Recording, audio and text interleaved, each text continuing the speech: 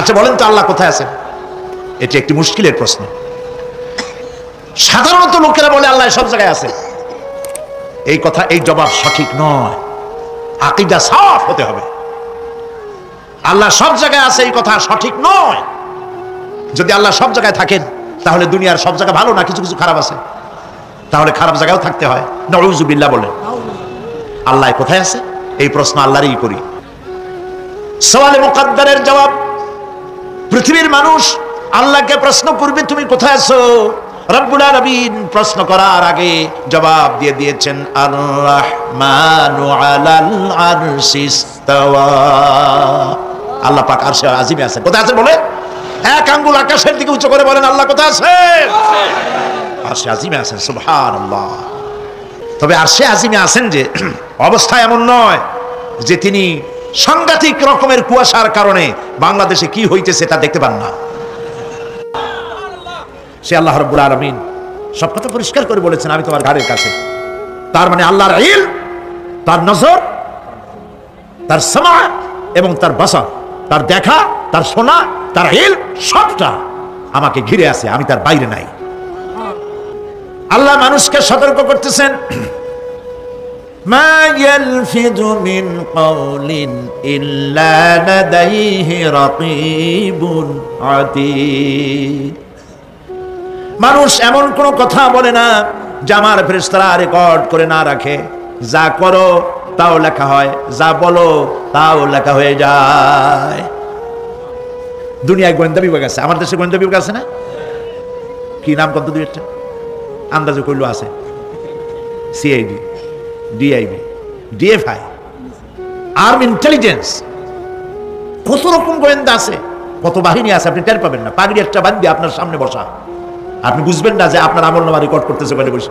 আপনি তো মনে করেছেন দরবেশ সাহেব 6 সেল্লা দিয়ে আসছে, কিন্তু তিনি গভর্নমেন্ট অফিসার, আপনার সর্বনাশ করতেছেন, আপনি টের পাচ্ছেন না।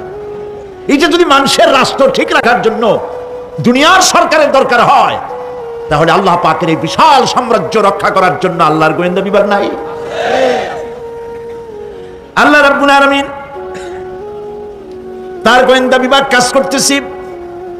আমরা বিশ্বাস করি না, আমরা বুঝতে পারি না, যার জন্য অন্যায়ের মধ্যে লিপ্ত হয়ে যাই। একবার আমি লন্ডন শহরে রাত্রে যাচ্ছি, রাত 2টা-2:30 হবে। প্রতিমধ্যে রেড সিগন্যাল জ্বলল, গাড়িটা থামাই দিল। সামনে আর গাড়ি টাড়ি নেই। আমি ড্রাইভারে বললাম যে গাড়ি টাড়ি তো নাই সামনে, আমরা তো ইচ্ছা করলে যেতে পারি। ড্রাইভার বলল পারি, কিন্তু যাব না। কেন যাবেন না? বলল যে এই সিগন্যালের সাথে ক্যামেরা আছে, অটোমেটিক ক্যামেরা।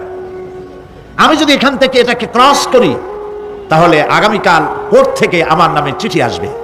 রাত 2:45, এই রঙের গাড়ি, এত নাম্বার গাড়ি, এবং আপনার চেহারা শরীফ এই। আপনি রাত 2:45 সময় রেড সিগন্যাল অমুক এলাকা থেকে ক্রস করেছেন, মেহরবানি করে কোর্টে আসেন আর জরিমানা দিয়ে যান। এই লোকটি এইখানে ক্যামেরা আছে, এটা চোখে দেখছে, সেই জন্য বিশ্বাস করলো।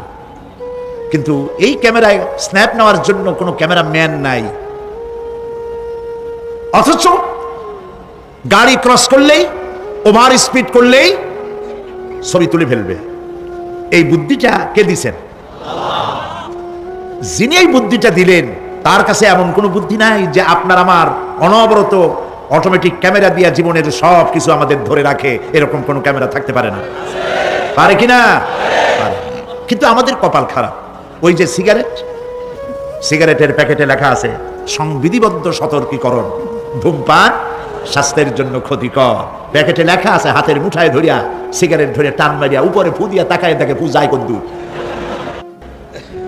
ওইখানে ক্যামেরার সাথে কোনো মানুষ নাই, ক্যামেরা আছে তাই বিশ্বাস করে, কিন্তু আল্লাহর ক্যামেরাগুলি চোখে দেখে না। ওখানে যেমন রেড বর্ডার আছে, আল্লাহ রাব্বুল আলামিন জীবনের প্রত্যেকটি মোড়ে মোড়ে রেড বর্ডার লাগাই দিয়েছেন। জেনা করো না, একটি রেড সিগন্যাল।